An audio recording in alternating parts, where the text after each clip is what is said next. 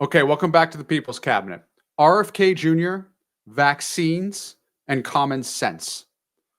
All of this is thrown into disarray as a result of the Secretary of Health and Human Services under Trump, and is just evidence of the misinformation that is happening as a result of this administration. And so I want to talk to you not about everything that is going on, but in particular, what is happening at the Center for Disease Control, what the response is from previous people who have run the Center for Disease Control, how that makes us less healthy, and my own personal experience with all of this over the weekend. So I was on MSNBC this weekend and I said this. Can we just have a reality check on vaccines for a second? An unvaccinated person is 53 times more likely to die of COVID than someone who is vaccinated, 14 times more likely to get infected. Smallpox killed 500 million people in the 20th century before vaccines. Measles killed 2.6 million people per year. So I don't want to take all this quack science that we're getting from, by the way, if in the beginning of this election, one of Donald Trump's statements was that RFK Jr. was going to be the Secretary of Health and Human Services, people would have revolted, right? So we need a reality check on science and on what actually keeps people healthy in this country. And it's literally the opposite of what RFK Jr. is pushing. Okay, so I don't think that this should be overly controversial, what I said, but unfortunately, this is the reality that we're living in. And if you look at the statistics here, this got over 1 million views.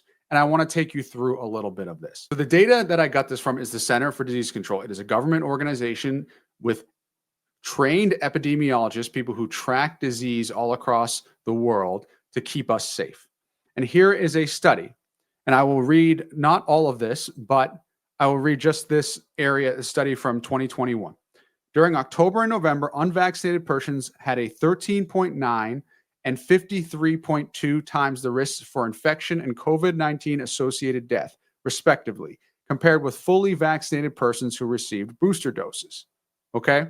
That is a line from the CDC. The CDC is the gold standard in data. So that is true. The smallpox, hundreds of millions of people dying is true. The measles part is true as well. There's so much disinformation that exists that all of this has now become so hijacked by Maha and the right. Now, why is this particularly relevant to RFK Jr.? Let me give you an example of Samoa, and let me also give you an example of some other things that happened with vaccinations to prove how crazy the Samoa thing was. There was a mix-up by some people in the medical field where a couple of people died. It was misinterpreted as a result of just vaccines not being safe. RFK Jr. went to Samoa. He fanned the flames. He even met with vaccine activists, anti-vaccine activists while he was there. He even took out Facebook ads targeted to talk about the fact that vaccines aren't safe. A measles outbreak, not surprisingly, happened as a result of all of this skepticism. It led to 5,700 infections and 83 deaths, mostly among children under 5. Now, to be fair, was it just RFK Jr. that caused this? No, but he certainly fanned the flames on this kind of misinformation that caused people to question immunizations and all of that. And what happened afterwards was Samoa has since achieved high vaccination rates, and the World Health Organization says the country has reported no measles cases since 2020. There's no doubt that the vaccination rates caused this drop in measles cases.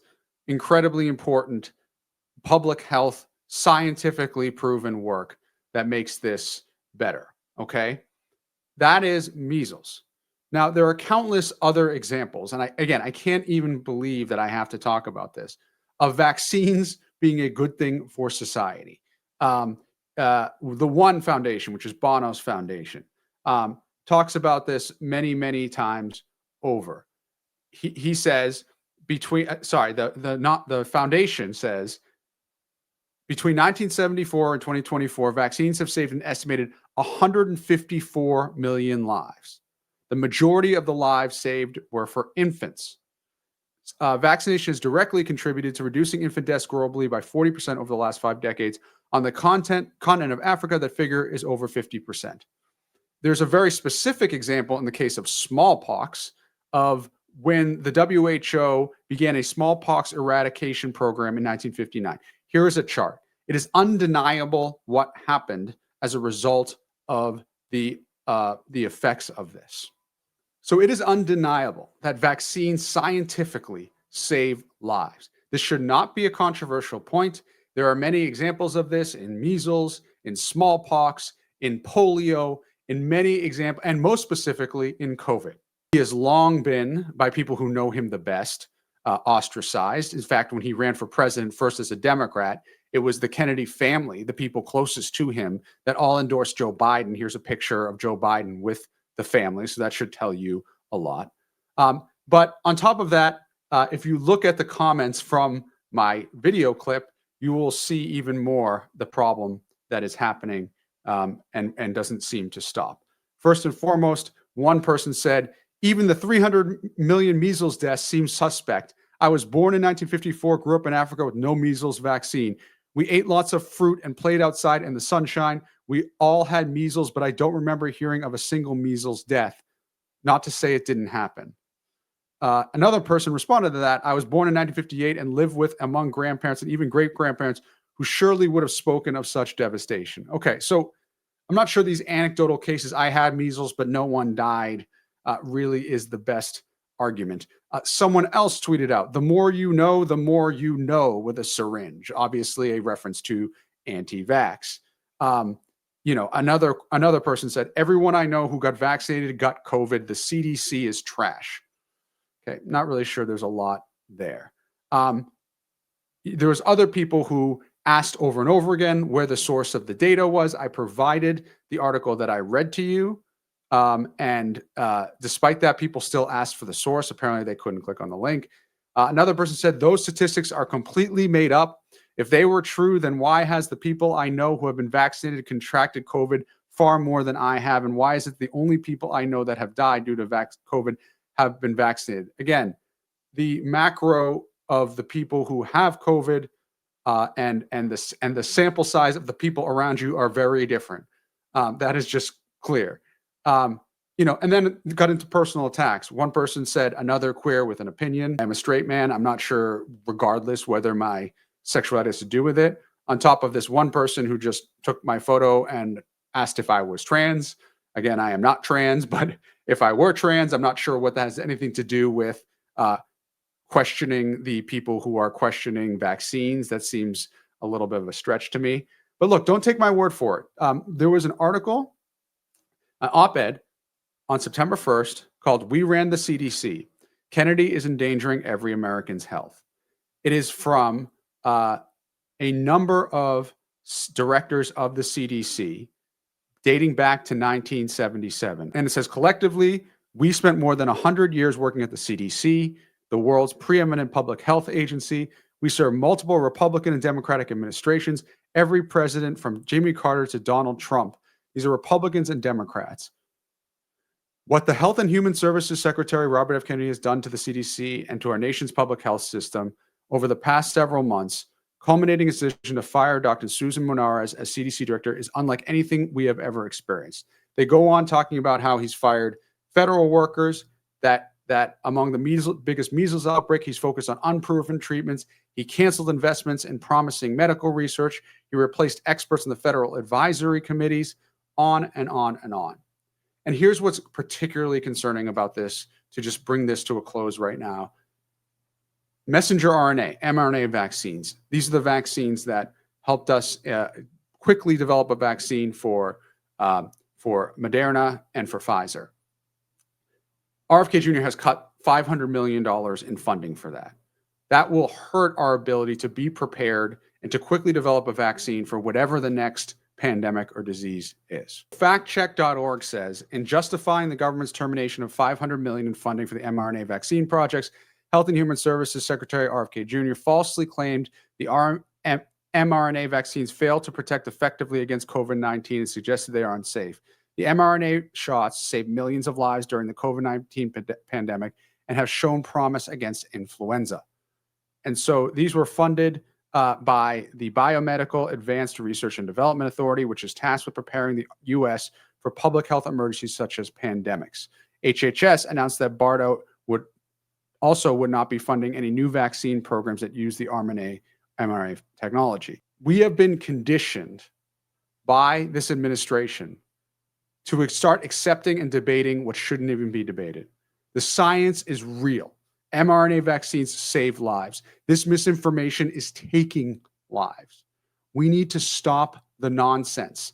This is ridiculous. RFK Jr. should resign. I praise the CDC director for sticking with her morals on this and sticking with her values. This is someone, again, that RFK Jr. had praised in the past, that Donald Trump had praised in the past. What I'm concerned about is all the other people who are still there, who feel like they have to do this because of their jobs and who don't know whether they can resign. We need everyone to speak up right now because it is the health of all of us, of our children, of our future generations to come that are at risk. The mRNA technology could save us from the next pandemic. RFK Jr. just cut $500 million in development of those things in the future. If there is a new pandemic and we are not ready and we don't have those vaccines, that is clear the through line of who is responsible for it. And again, if you don't want to get vaccinated, that is your choice. But I want to get vaccinated. And I think millions and hundreds of millions of people in this country want that. And to take that away from us because of some unsubstantiated misinformation is absurd and should cause everyone in this entire country to question what the hell we're doing here. Let's stay on this. Welcome back to the People's Cabinet. So how is it that we have somehow gotten used to and accepted this masked men arresting people in the streets? Let me be very clear. This is not something that ICE has done in the past. And, this is just dramatic partisanship. This is new. This face covering stuff is new. So we were discussing this on MSNBC this weekend, and I said the following. Another testament to how psychologically conditioned we've become, right? Somehow we find it acceptable in society now that law enforcement are wearing full masks, tackling people in the streets with no clear identification in America, right? People were saying that people were being dramatic about Donald Trump coming back, and this is what's happening in our streets. What I'm hearing in Boston, too, is that people are walking around now with their papers in their pocket. Yeah, it's happening in D.C. I have Arab American friends, I'm half Lebanese, who are walking around who are Melkite Catholic, who are walking around with a crucifix because they are afraid that ICE is going to racially target them for their faith. This is what's happening in our country right now. And so for all the people who said that Donald Trump wouldn't do these things, take a look in the mirror and turn on the TV, and it's exactly what he's doing. Again, I have friends who are Christian, Arabs, who look Arab, who are wearing their crucifix because they think it might make them less likely to be targeted. I have people walking around with their papers because they're worried about being racially targeted in America. And somehow we just continue to gloss over this every single day. And there are a couple of things that continue to be concerning here. The president has very vocally talked about how he plans to expand his reach of people coming into cities on the guise of crime fighting, right? So even MAGA in the past has said that he wasn't going to do that, but it seems like it's very clear that he's doing it now. Let me play this clip from my conversation with Tommy Loren, for example. And I think also he's showing an incredible amount of restraint for all the Democrats that are saying, oh, don't come to our city. He's saying, like, I want to be invited. I'm not just going to go. I would like Chicago, I would like Illinois to say, hey, we need you, and then I will provide the resources. I think that is a pretty decent approach. Do you think he will respect that? Do you think he won't come to Chicago unless Mayor Johnson invites him? Or Governor Well, Mayor Pritzker? Johnson is never going to invite him, and I don't think Pritzker is either, because it's become such a political issue, and I think that's what it goes back to here. Yeah. I think, to your other point, I think if there could be some collaboration on crime instead of either side just trying to win on it, I think we'd all be better off. But unfortunately, these cities have gone for so long without addressing it, and the way that they've been addressing it, especially in Illinois, is like they were the first state in the country to be like cashless bail free for all. To me, if you're not addressing your problem, I think that President Trump will wait for the invitation, but I don't know why these states are putting up such a fight to try to preserve crime. I think that if you talk to Mayor Bowser, she would tell you where she thought the best use of those resources were. So I was very skeptical of Tommy's assertion that the president was going to wait for an invitation. And candidly, I was correct. So An August 28th article, ICE planning major operation in Chicago as soon as next week. Trump administration is making plans for an immigration crackdown. CNN and New York Times reported, comes after Illinois Governor and J.B. Pritzker and Mayor Brandon Johnson criticized the plans. 200 Department of Homeland Security officials, et cetera, et cetera. Chicago's violent crime is reportedly down 22% compared to a year ago. So this is not an invitation that from Mayor Johnson and Governor Pritzker. In fact, quite the opposite. Mayor Johnson has been very vocal about the fact that he does not want Donald Trump and his ICE agents in Chicago.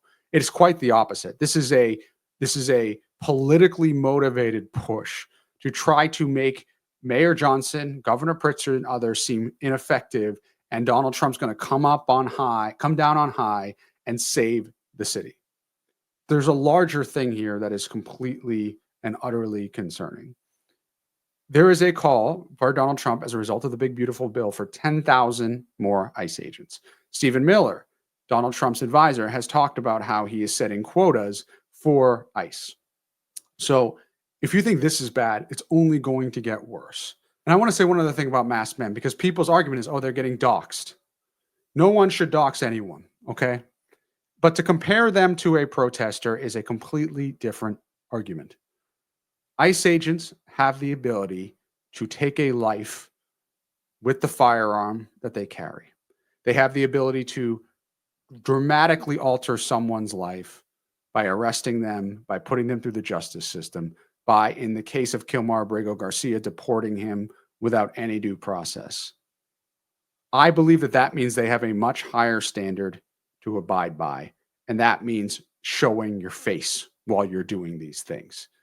Because I think any objective person, Republican or Democrat, would feel pretty uncomfortable with a masked person coming to their door and taking them away and cooperating and acting like everything is okay, right? There's this argument on the right, oh, well, if only you cooperate. You're seeing people who refuse to show their faces trying to come after you. I think every person would have expressed concerns of feelings about this, especially this narrative around civil liberties that I thought that Republicans cared a lot about, are literally being eroded right in front of our eyes.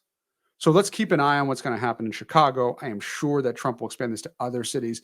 And with 10,000 ICE agents going on around the country, right? In this case, we were talking about 200 Department of Homeland Security officials. Imagine 10,000. This happening all over the country. You're going to see a lot more masked men. You're going to see a lot more people suffering. You're going to see a lot more people wrongly detained. I want to say again, before people start to, write these comments, if you have committed violent crimes, if you are a felon, you should be deported. If Kilmar Abrego Garcia goes through the justice system and he is proven to have human trafficked, he should be deported. But for the nonviolent, especially the dreamers in this country, the children who came here through no fault of their own, what the hell are we doing? We got bigger things to worry about. None of this is making groceries more affordable. Those are the things that we need to focus on as Americans, and not Donald Trump's grandstanding. Donald Trump is turning the US government into the largest private equity organization in the world, with you holding on to the risk and the bag. So Trump recently announced that he is taking a 10% stake. The US government is taking a 10% stake in Intel. So what does that mean? I went on MSNBC to explain. What does this actually and practically mean that the United States government now owns a 10% share in a chip manufacturing company? It means that Donald Trump is essentially turning the United States government into the largest private equity firm in the world. And it's the taxpayers who are funding his bets, right? And so if you believe Donald Trump's a good investor, maybe, but I think the majority of Americans do not, and they should all be alarmed by this. Look, this has happened in temporary versions in the past, under Obama, under Bush, but these were during crises, right? The banks needed a bailout. Right. The auto industry needed a bailout. There was temporary equity that was immediately returned, and it was never understood that it would be a long-term thing. Not only has Donald Trump done this and not given any specificity on window, but he has also alluded to doing this more and more. So it's not only the bullying, which I think is a very apt thing. Hey, if you don't do what I tell you to do, I'm going to hostile take over your company. But what about other American companies like NVIDIA, AMD, Qualcomm, these competitors? Is he going to start making policy that's only going to benefit Intel? They have a financial incentive. Some would argue a fiduciary duty to do that. And what does that mean for our government and fairness? Okay, so what does 10% stake actually means? It essentially means that the US government now owns 10% of Intel, which hopefully in Donald Trump's mind means that as the value of Intel goes up, the stake that the United States government continues to go up, and there may be a point in which they could sell that equity stake for more, helping Americans. But here is the reality. The reality is the US government exists to be a referee and not to be a player on the field in terms of the private markets like this. There is never an example in modern history of the US government intervening in the long term and taking equity stakes. As a matter of fact, if you look at some of the reaction, even from the right, has been pretty vocal. For example, Adam Posen, president of the Peterson Foundation, said, "Are you effing kidding me? We are past 1984 into Animal Farm territory," referring to the George Orwell satirical novel. "Did anyone vote for this? Anyone?" Daniel DiMartino, a fellow of the far right center, a fellow at the right of center Manhattan Institute, predicted that if this happens, the U.S. would see more cronyism because that will result in companies will underperform because they know they will be bailed out and taxpayers will lose billions. You can't just be against socialism. The left does it. Conservative talk show Eric Erickson said of the Intel agreement, if you're not against socialism, guess what? You're going to get socialism. So if you support socialism, apparently Donald Trump is your guy. So let me explain this. People ask, well, what about the banks and the auto bailouts? Those were special circumstances in which the United States took equity in some of these companies and then exited very, very quickly. So the United States does not own Goldman Sachs, GM, et cetera, any equity in the way that it had to in that, well, some would argue that they had to in that period. Okay. So that's very different from what Donald Trump is doing, which is taking a long-term stake in a company. And they have indicated that they may do that again and again. Why is this a concern? So, for example, when you work in the White House, you create policy that, in theory, is supposed to help people and businesses do better. When you own Intel, for example, and there's a policy that might help AMD, NVIDIA, Qualcomm, their competitors, well, if you own 10% of Intel, that makes you want to create policy that would only help your investment and not others, which hurts Americans who are working in those companies that are trying to have an ecosystem to thrive. It sets up all kinds of incentives that are negative.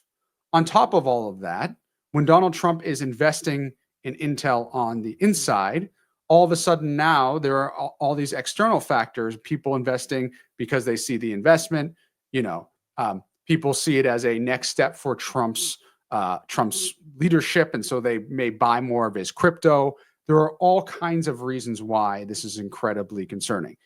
And probably most concerning is that if somehow something bad were to happen to Intel, there's going to be two choices, right? Either that 10% stake that you all paid for will be lower and your money will be hurt, or Donald Trump will do something to bail out just Intel to save that, which would require more money from the US government, which would hurt other competitors in the industry, and ultimately more jobs and more money for people and harm the chance for more jobs and more money for people overall in the United States.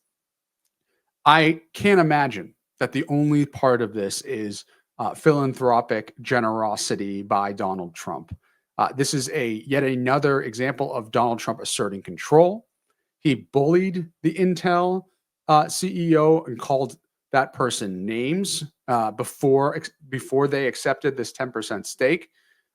This is Donald Trump loving the control of the private and taking control of private markets like this.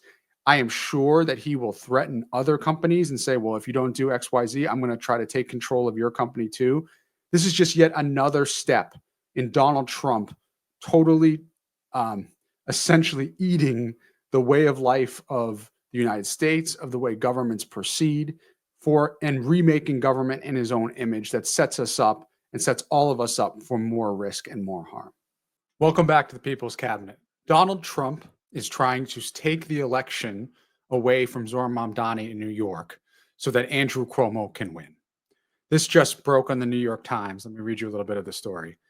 Trump advisors have discussed a job for Adams if he quits the mayor's race.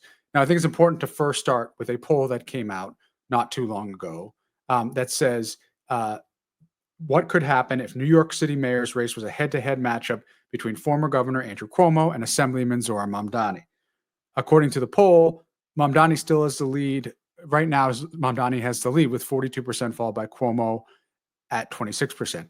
The poll says that if they went at it mano a mano, Cuomo would beat Mamdani 52-41.